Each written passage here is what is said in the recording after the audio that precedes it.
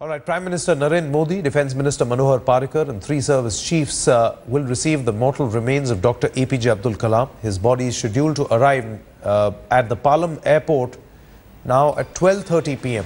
That's when we are expecting the mortal remains to arrive at 12:30 p.m. Let's go across to Executive Editor Javed Ansari, who's getting us this information. Javed, earlier on, it was believed that Prime Minister Narendra Modi will be there, but now the Defence Minister, as well as all the three service chiefs, will also be present at the airport. Well, absolutely. We are given to understand that Prime Minister Modi, along with the Defence Minister, the Home Minister, as also the three service chiefs, they will receive the body when it arrives at the technical area at Kalams Airport. Thereafter, the body will be brought in a procession to his official residence, to President Kalam's official residence at 10 Rajaji Marg. It will be brought from that gate, from behind the Prime Minister's residence, whereupon the President, the Vice President, members of the Union Cabinet, senior ranking officers of the armed forces will come and pay their respects. Parliamentarians are expected here, and also members of civil society, a large number. Apart from the fact that he's a former president. President Kalam, what really endeared President Kalam to people was his People's Connect. He was perhaps one of the most popular presidents that India has had in recent memory, and he had endeared himself, found a permanent place in the hearts of ordinary Indians, and therefore it will not be surprising if a large number of them make a beeline to his residence and come and pay their last respects. Absolutely. Javed, another quick question. Till what time are his mortal remains supposed to stay in Delhi, and what time will they actually be taken for the last rites to Rameshwaram? Sanket, what we are being told, and all this is tentative, that sometime after 11, close to 12, his body will arrive at Kalams Airport. Thereafter, it will be brought to Rajaji Marg. Perhaps for 3 hours the body will lie here. It will to allow people enough time to come and pay their respects. Thereafter, in a special aircraft, it will be flown to Rameshwaram. It's close to 2 hours. It will take close to 2 hours for the body to reach Rameshwaram, and there it will be.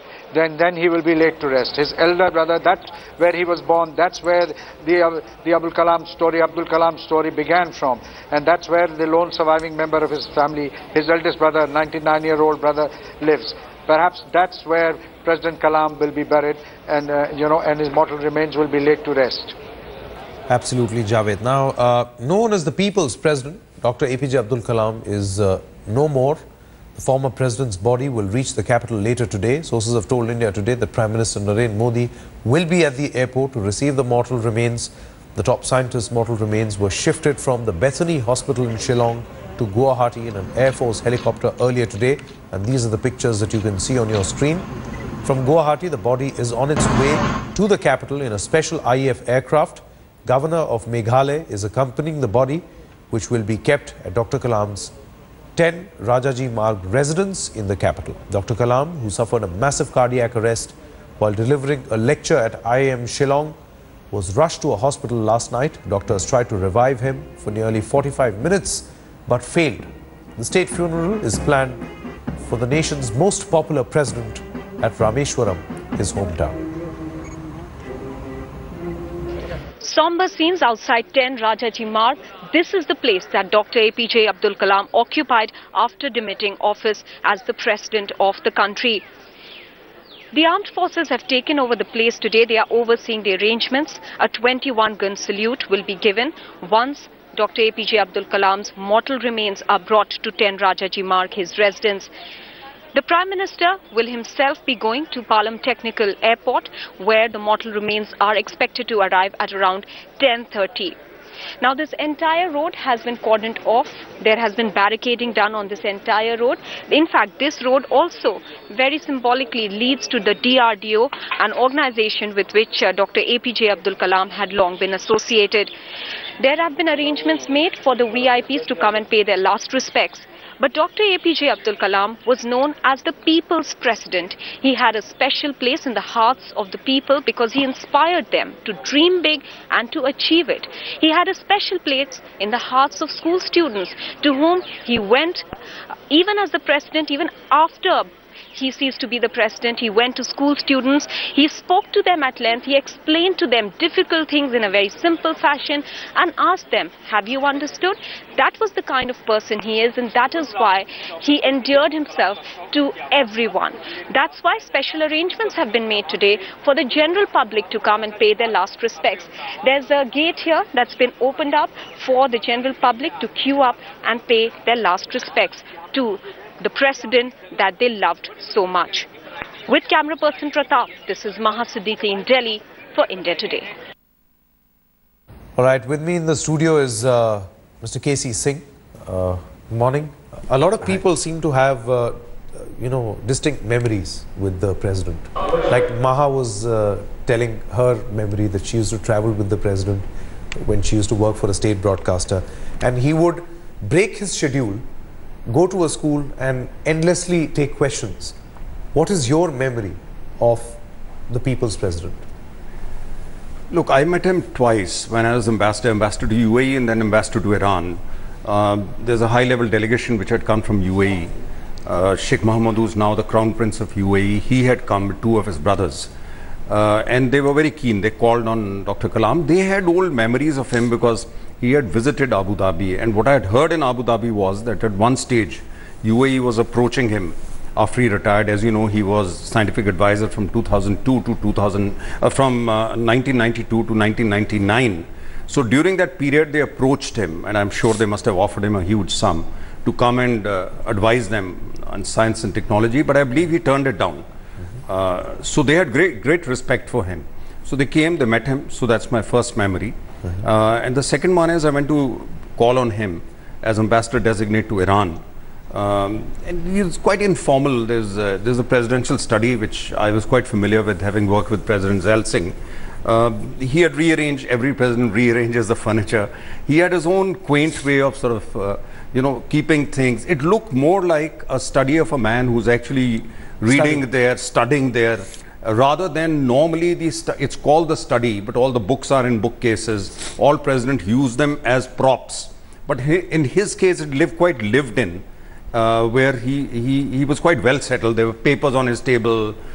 He got up, he came on the other side. So you could see that he was always mentally alert, and he remained connected to his old world.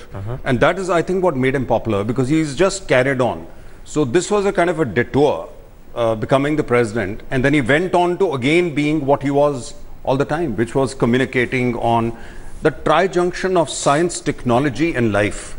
You know, for him it was absolutely not an isolated area, that science and technology was not something which was isolated, how it impinges on life. And I think that's what, and taking complex issues and explaining them in a very simple manner. In a simple way. I think that is what that is what makes Hawking's or people like that, Absolutely. You don't have to be a great scientist. He was not a Nobel laureate. Absolutely. He didn't have any great degrees from Oxford and Cambridge and so on and so forth. But his knowledge was required, I think, practically. Working in ISRO, developing, because we were in India under technology control, denial of higher technology, under the technology control regimes after a test of 1974. So he grew up in that period where we were developing technology indigenously. Not always easy, because we had sanctions, we had all kinds of things. And that was his world.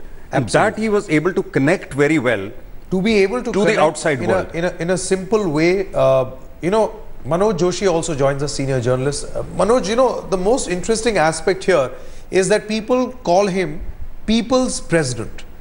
They say that he was people's president. Why has the office of the president not been called people's president in anyone else's case? Well, the thing is that, don't forget, right from the beginning, you had the President of India occupying the palace, viceregal palace, meaning made by the British colonialists. And somehow or the other, a certain kind of a distance developed, because the magnificent Rashtrapati Bhavan, if you recollect, Gandhiji had said that, why don't you convert this into a hospital? Now, when Kalam went there, it is a kind of an incongruous thing, because everyone knew that in his personal habits, he was extremely abstemious, and he probably lived out of 1/4 of a room or something in that palace. But what he did was, that he went out of his way to invite people in there to see the palace, to be that he made it out as though it is your property, which it is. It belongs to the people of India. So it's the connect that he developed while there, the effort that he made to reach out to ordinary folk and particularly young people, children. Of course, that has been remarked upon by almost everyone. So the point is that Kalam never changed out of that mode, in the sense he had spectacular achievements in his life. He got the highest awards of the nation. But Abdul Kalam, from the time I knew him in 1986 when he was the director of the DRDL in Hyderabad, to the point in time when he became President of India, there was never a change in his demeanor. He was the same person, he spoke in the same manner, he behaved in the same way, he had no airs or anything. So that was the unique thing. So he was very much, everyone felt that he was one of us. Absolutely. Let's get in a word from Mr. Y.S. Rajan, a close friend of former President Dr. APJ Abdul Kalam. Mr. Rajan, you know, it'll be interesting to know from you being a close friend of Dr. Kalam. I don't know whether you have seen that video link that he uplinked about 4 days back on the retirement of his close friend Balki, Mr. Balakrishnan. Just the way he spoke, just the way he actually referred to, you know, previous instances, he recalled the various characters, people he met, students he met, the research that he was in fact carrying out. What is your, I mean, perhaps if you were to describe in a way the simplicity of a man who went to earn the tag of being people's president? See, he does it not only with Professor Balakrishnan, who is a close friend, but he does it in several cases. See, I know him from 1965, when I was just 21 and then he was some 12, 13 years elder to me. Rocket engineer, he used to come to Ahmedabad. Then onwards I have seen him in different facets. SLV3, then missile man, every item I have seen him. And later I was almost as a one man trying to tell for his presidentship. Many people ask the question, how can a man who is only purely a technical man become a president? There were so many questions fired at. And I said he is a good human being, he listens to everybody, and that experience he has got because of the projects. So he will listen to everybody, then comes to conclusion. So that is one factor of his experiential life which led him. And of course he had innate, because I very closely worked with that book also, TIFAC. That is the other side of it. It's not missile and strength, strength. Other side is reaching to people with actual economic strengths, etc. I have seen it. He will come to Bihar. He was essay to Aram when he was a chairman TIFAC. He will come there, he will go there, etc. Then I will touch on touching moment. I have been receiving about 100 to 200 calls and SMSs. Yesterday, one music teacher from an ordinary government college from Delhi, he called. His name is Kedarnath Mukherjee. When we arranged a big one on November 2002 for the children, Vigyan Bhavan, Tarun Das did it. One side A.R. Rahman, he brought a very big this one. Other side was the Sarvodaya school, this teacher. I just mentioned to him, this man has lost his eye. So after the program was over, he touched him, he stood near him, did it. That man remembers it even now. He says, "Oh, aadmi hai na, wo Bhagavan hai." So that type of thing, he does it every time. This I have seen. So for me, if I start quoting instances, there will be very many. Before he became president, after he became president, then also subsequently, other life which he was going all over. So basically, he respected every human being. That's the key. Absolutely, absolutely. Javed, you know, as journalists, a lot of journalists have have interacted with the former president. They have their distinct memories, and it's very clear because as you were describing just a short while back, if you speak to him for a minute or for an hour, there will be something that you are going to end up registering. What is your memory, your distinct memory with Dr. APJ Abdul Kalam? Look, like I said, unfortunately, I was not fortunate enough to spend too much time with him. I only interacted with him twice. Once when he was unveiled as the presidential candidate of the NDA and the UPA then, way back. Then it was the time when he came for the India Today conclave, and I asked him a question. He said that two prime ministers had served under him. So I asked him, I said, both Mr. Vajpayee and Dr. Manmohan Singh served under you. What are the qualities that you like about these two people? And then he went and, he said Vajpayee was decisive, but Manmohan Singh was far more cerebral. He says, and I liked and admired both of them. And later on, when he was having tea, I went and wished him. So he says, you were being naughty. So that was, he perhaps thought that I was trying to get a controversial answer out of him. But he smiled and I smiled, and I was just too overawed meeting this great man.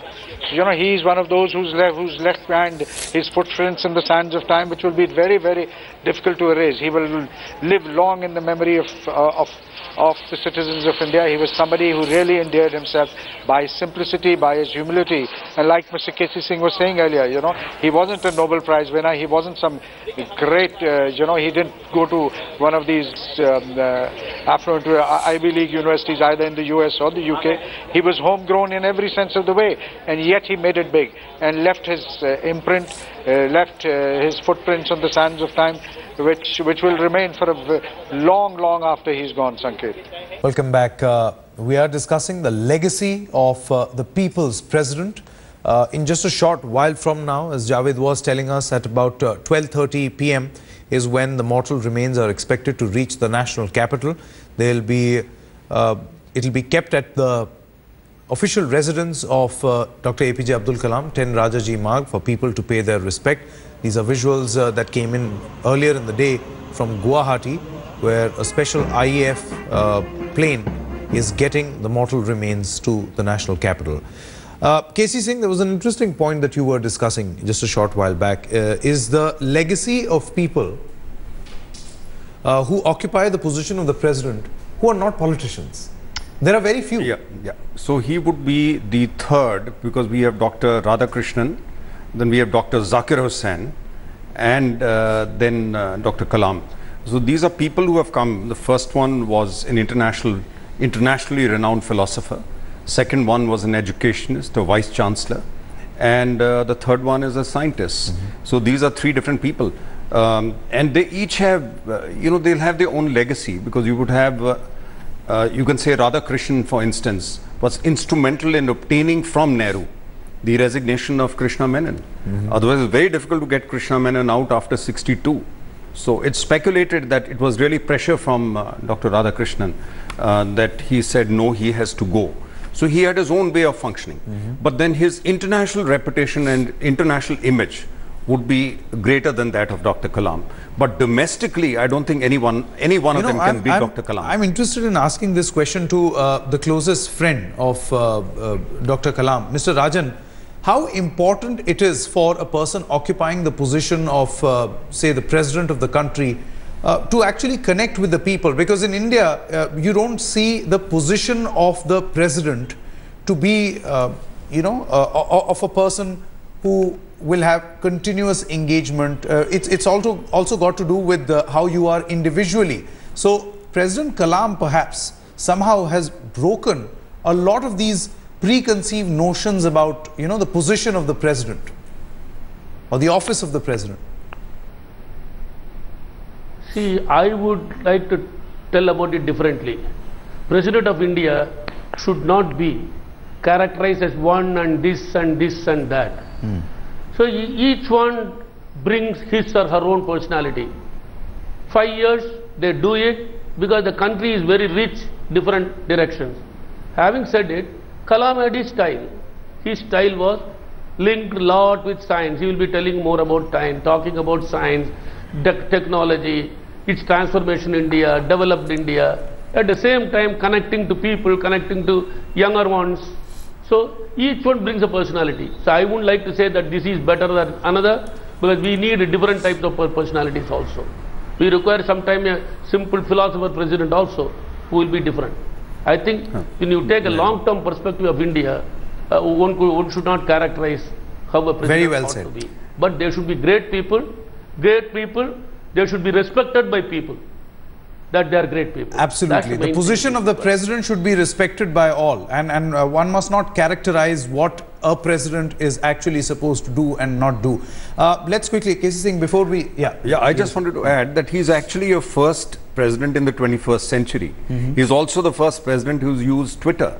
He's got 1 million odd followers. So, you know, his ability, his willingness and ability to adapt and use social media, use other means, that some of those were not available earlier. And it isn't surprising that post his demise, his Twitter handle has now been converted into Teacher Forever. I see. That's the subject line that has been given.